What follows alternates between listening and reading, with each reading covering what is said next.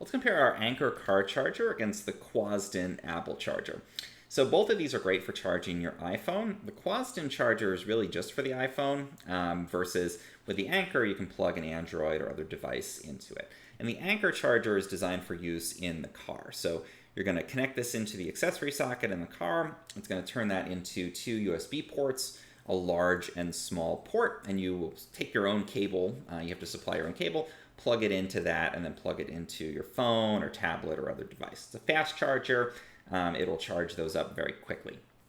On the other hand, when we're looking at the Quzudn charger here, it plugs into the wall at home, but one thing I love about it is it does come with a cable. It comes with a lightning cable, so you plug that in, and then you can plug in your iPhone or other Apple device to the other end here. And it's a full, self-contained package. You don't have to get anything else. With the Anker, more compatible because it will work with Android or other devices, but you will have to supply your own cable to use this in the car.